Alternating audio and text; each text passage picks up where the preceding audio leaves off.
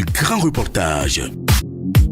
Un sujet d'actualité, un thème décortiqué en profondeur, un projet sportif, un mécène, une personnalité du monde sportif abordée sans tabou sur Sport FM.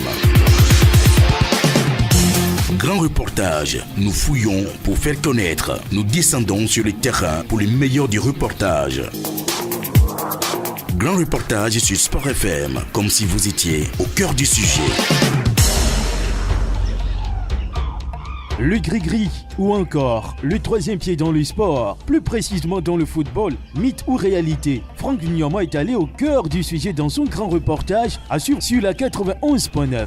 Aujourd'hui, le football n'est plus le football. Le football est associé à de la féticherie, sorcellerie. Les clubs croient que si on fait de la sorcellerie, c'est avec ça qu'on va gagner. Il faut s'entraîner. C'est l'image que le comédien et le conteur togolais Sanvi Alouassio a du football togolais, donc africain. Un sujet souvent tabou qui fait de plus en plus débat dans le sport roi en particulier et dans le sport en général. Ce sujet relatif au gris-gris ou au troisième pied dans le football continental et même mondial suscite toujours des interrogations et de la curiosité. Pour certains, le gris-gris ne peut changer l'issue d'un match de football ou d'autres disciplines sportives. Pour d'autres, cela pourrait avoir un impact sur le résultat d'un match de football. Cela dépend du style de la foi qu'on a en cette pratique. Agbemezia Atuga, vous qui êtes entraîneur d'un club de district au Togo, qu'en dites-vous? Ça, dans le football, moi je n'ai jamais fait ça.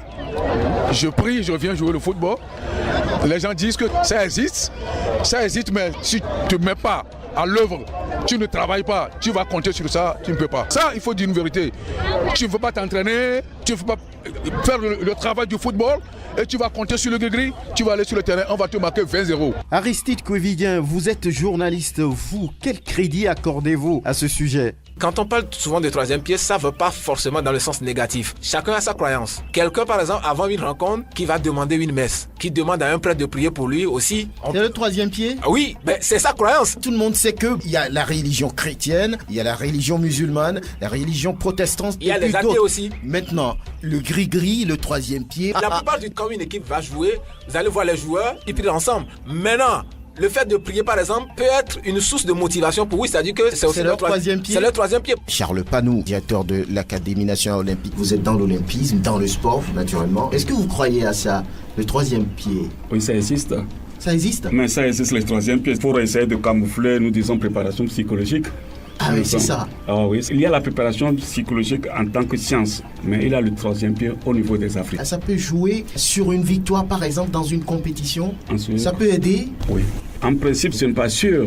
Ce ne sont pas des sciences exactes, mais ça a son rôle. Ça réconforte, ça donne confiance. Rien que la foi que vous avez à faire cela. Parfois, on vous trompe. On vous donne une poudre, on vous dit que ça doit faire ceci. Le fait qu'on vous a donné quelque chose et que vous y croyez, ça donne ses fruits. Didier Koubignan, vous êtes joueur dans le championnat israélien. Vous en avez entendu parler? Non, pas vraiment. Là-bas, vous savez, tout est professionnel, donc on peut dire que ça n'existe pas. Mais bon, chacun a sa manière de voir les choses, donc le foot, c'est le foot. Si vous avez 90 minutes à jouer, tout se passe sur le terrain.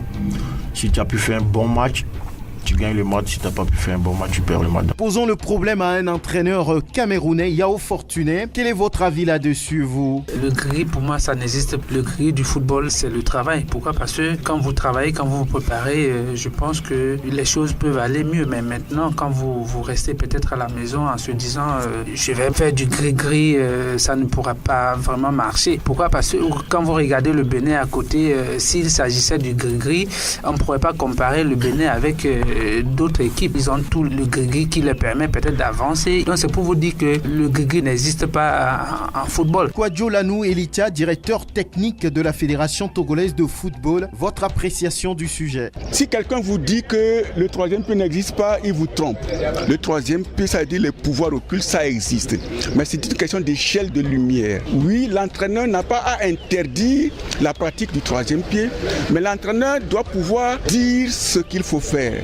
C'est d'abord le travail, encore le travail, toujours le travail. On va dire indirectement l'éducation des entraîneurs. William Warner, vous êtes entraîneur français, dirigeant un centre de formation au Togo. Vous a-t-on déjà parlé du gris-gris ou du troisième pied en football? Oh non, moi je suis plutôt pragmatique. Comme je vous l'ai dit, je suis très loin de tout ça. Mais bon, après j'y crois dans le sens où ça influence l'esprit si on y croit. Mais bon, après j'ai pas envie de porter de jugement là-dessus parce que ce serait presque un jugement de valeur et je suis pas bien positionné. Bien sûr, on en entend parler. En fait, vous savez, il y a une part très très importante dans le football qui est le mental.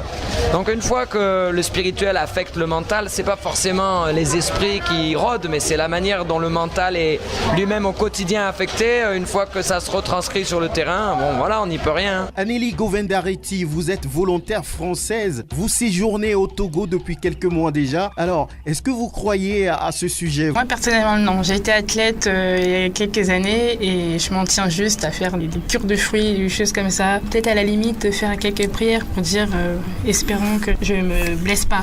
Mais c'est vrai qu'en Afrique c'est très connu et répandu. Vous en avez entendu parler? Oui, exactement. Jean-Louis Koudionou, vous êtes entraîneur de football, vous avez beaucoup d'expérience. Est-ce qu'à un moment donné par rapport à un match, vous vous êtes dit oui, ce match-là il faut le préparer de façon spirituelle? On évoque le troisième pied, on parle de gris-gris. Ça vous arrive? Moi personnellement, les clubs ou les équipes que j'ai eu à diriger, personnellement les dirigeants de ces équipes-là me connaissent sur ce plan. Moi, c'est peut-être prier avec les joueurs. Pour moi, cette phrase-là est très importante. Le gris du football, c'est l'entraînement. On peut prier, on peut faire l'entraînement, mais dans les coulisses, beaucoup d'autres vont faire d'autres choses. Moi, quand un dirigeant veut faire du gris pour gagner un match, n'approchez pas mes joueurs avec cette intention-là. Il faut plutôt leur donner la possibilité de s'entraîner, leur booster le moral. Et puis les accompagner avec des paroles, de la psychologie, de la pédagogie. Je ne dis pas que ça n'existe pas. Moi, personnellement, je n'ai jamais eu à l'utiliser pour mes matchs. Non, je préfère plutôt évoquer Dieu. Mama Uyao, vous avez été joueur, vous jouez toujours encore. Vous y croyez? Je ne pense pas. On peut prier, avoir certaines pratiques pour avoir un esprit stable. Mais faire la performance, seul le travail doit payer. Roger Mila, ancien international camerounais et plus vieux buteur en Coupe du Monde de football de passage à Lomé, la capitale togolaise a été interrogée sur le sujet. Le troisième pied, c'est quoi? Moi, je ne connais pas ça. Chez nous, quand on parle de troisième pied, c'est votre instrument qui fait les enfants. C'est nous, le troisième pied, c'est nous. Le gris, je ne sais pas si pour moi ça existe dans le football. Ça peut peut-être exister ailleurs, mais dans le football, je ne pense pas. Brice Thiegoun, entraîneur camerounais d'un club de 2e division au Togo, a aussi refuté le fait que le gris-gris ait un impact sur le résultat final d'un match de football. Moi, à mon avis personnel, je pense que le gris-gris ne peut pas pousser un ballon au fond du filet.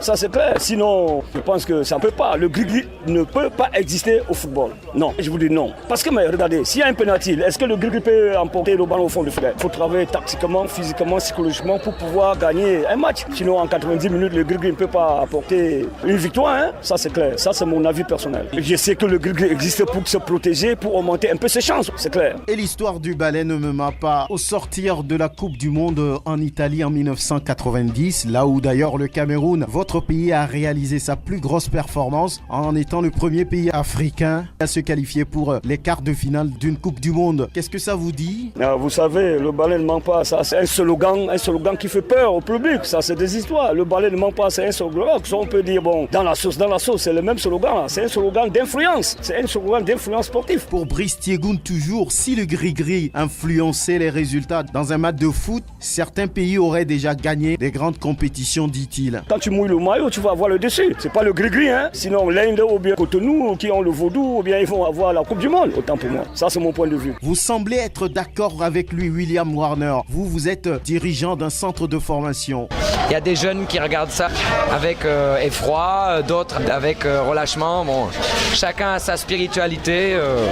Moi, je pense que si les gris-gris étaient vraiment si exceptionnels que ça, on aurait une équipe africaine qui aurait sûrement été championne du monde depuis longtemps. Donc voilà, je pense pas que ce soit le remède à la victoire, mais par contre, effectivement, pour l'intimidation, c'est bien.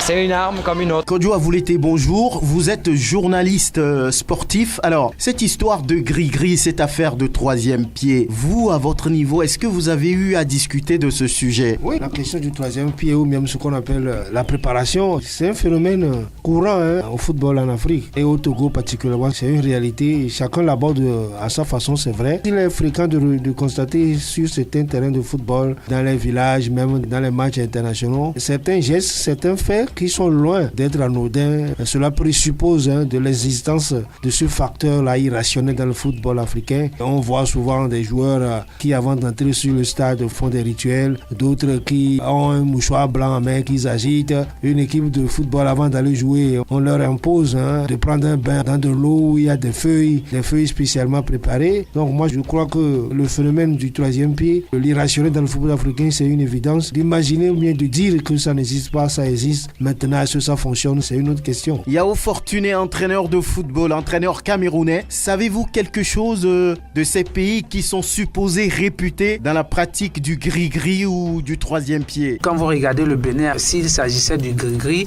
on ne pourrait pas comparer le Bénin avec d'autres équipes. Vous regardez un peu l'Inde. L'Inde aussi, quand on parle côté gris-gris, ils sont des tops, mais ils sont où? Ils n'ont jamais participé à la Coupe du Monde. Vous évoquez une anecdote qui vous a marqué, Charles Panou, vous qui êtes directeur de l'Académie nationale olympique. Je vais vous donner un exemple. J'étais secrétaire général, je présidais un match, ça fait longtemps. À un moment, on voit le gardien qui commence par aboyer et qui quitte le but. Comme un chien? Comme un chien. Et là, on veut l'attraper, non, il disparaît. Alors les gens disent, mais on lui a envoyé la balle, Kodjo Avoulété, de votre mémoire de journaliste, est-ce que vous avez eu assisté à un match où cette histoire de troisième pied a eu un impact? Oui, il y a plusieurs cas, des cas d'ailleurs saisissants. Quand on va par exemple au Bénin, voisin du Togo, il y a le phénomène de ce qu'on appelle le femme goal. Ça, c'est les rituels que des équipes font, des gardiens font, de sorte que le ballon ne va jamais rentrer dans le but. Et il se raconte même qu'il arrive des situations. Il se raconte même qu'il y a des situations où des attaquants face au but jouent à côté et jouent le ballon à côté au lieu de le mettre dans le filet. Il y a des matchs où on constate qu'il y a une équipe qui ne joue pas, mais qui n'encaisse jamais de but et les attaquants de l'équipe font tout. Est-ce que ça marche? Je crois que cela marche jusqu'à un certain seuil, mais cela ne doit pas être le seul moyen sur lequel une équipe peut compter pour gagner le football. Le football est charmant, il est intéressant quand on le joue techniquement et tactiquement sur le terrain. Le troisième pied, ça marche pour certains jusqu'à un certain seuil, mais dépasser un certain seuil, je crois que ça n'a pas sa raison d'être. Cela ne fonctionne plus du tout. En Afrique, je peux en parler assez facilement, mais en Europe ou en Asie, je crois que c'est juste des rapprochements ou des extrapolations qu'on peut faire. Même si c'est des prières que les joueurs font faire en Asie ou en Europe en leur faveur, c'est déjà un élément irrationnel qui rentre dans le foot. Cette affaire de gris-gris ou du troisième pied intéresse aussi les fanatiques du football. Pour ces derniers qui ont requis l'anonymat, les points de vue sont divergents. Bonjour monsieur, avez-vous entendu parler de gris-gris en football? Le gris-gris dans le football, ça peut exister ou bien ça ne peut pas exister. Parce que nous sommes en Afrique. Et en Afrique, il y a tout. Concernant le football, on peut l'appeler une magie. Si la parole qui a fait tout un univers, si le gris-gris n'est pas quelque chose qu'on peut voir comme ça, si on le représente par une statue, là, ouais, mais c'est quelque chose de mystique. Moi, je crois vraiment que le gris-gris dans le football, en Afrique, ça existe. Monsieur, bonjour. Croyez-vous en cette affaire de gris-gris en football? Il n'y a rien concernant des gris-gris affaires de football. Il n'y a rien. Non, gris-gris ne peut pas faire gagner une équipe, selon moi. Pour gagner un match, il faut travailler physiquement. Il faut faire le travail avant de gagner un match. Par exemple, si on peut dire que gris-gris peut gagner un match, les Béninois ne peuvent pas les gagner, selon moi. Par exemple, dans le foot, il y a certaines équipes, ils font des gris-gris même dépasser pour aller demander les marabouts venir. Mais au finish, on les gagne. Mama Afissetou, vous êtes présidente d'un groupe organisé de supporters au Togo. Avez-vous assisté à un match, par exemple, dans lequel on a parlé de gris-gris ou du troisième pied? C'est comme si nous avons été envoûtés. Nous devrions gagner ce match. Je n'ai pas compris le but que nous avons encaissé. Je suis sûr qu'il y a gris-gris derrière. Ce reportage ne prendra pas fin sans l'avis d'un préparateur spirituel de match. Nous avons réussi à arracher quelques mots à un spécialiste en la matière qui d'ailleurs n'a pas souhaité donner son identité.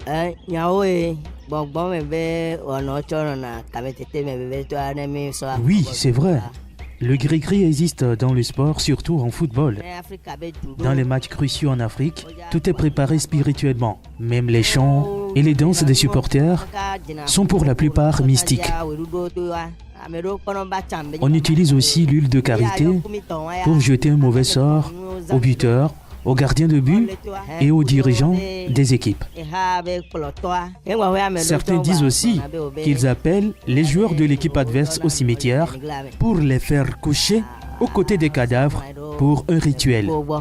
Nous sommes en Afrique. Le gris-gris intervient dans le football, mais tout est question de croyance.